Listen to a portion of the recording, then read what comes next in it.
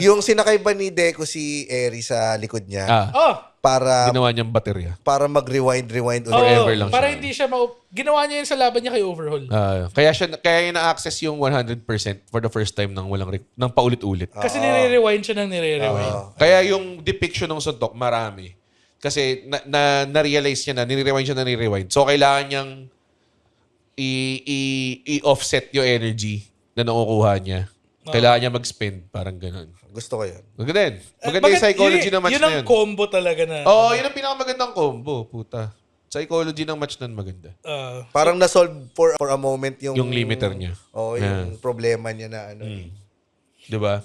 Hindi yung gagawa ko ng kanyon gamit iba-ibang parte ng animal.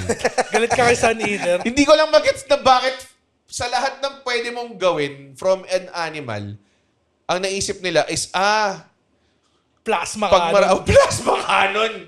Anong pwede mong gawin pag marami kang animal parts? Plasma cannon, pare.